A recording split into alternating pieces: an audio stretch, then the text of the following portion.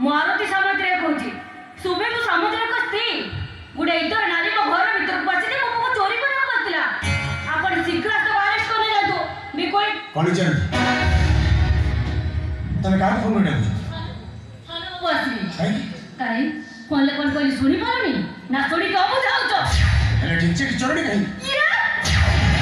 ये कौन तो का छवाड़ा मारी रख जाऊ छी और से बात करो अरे मनुष्य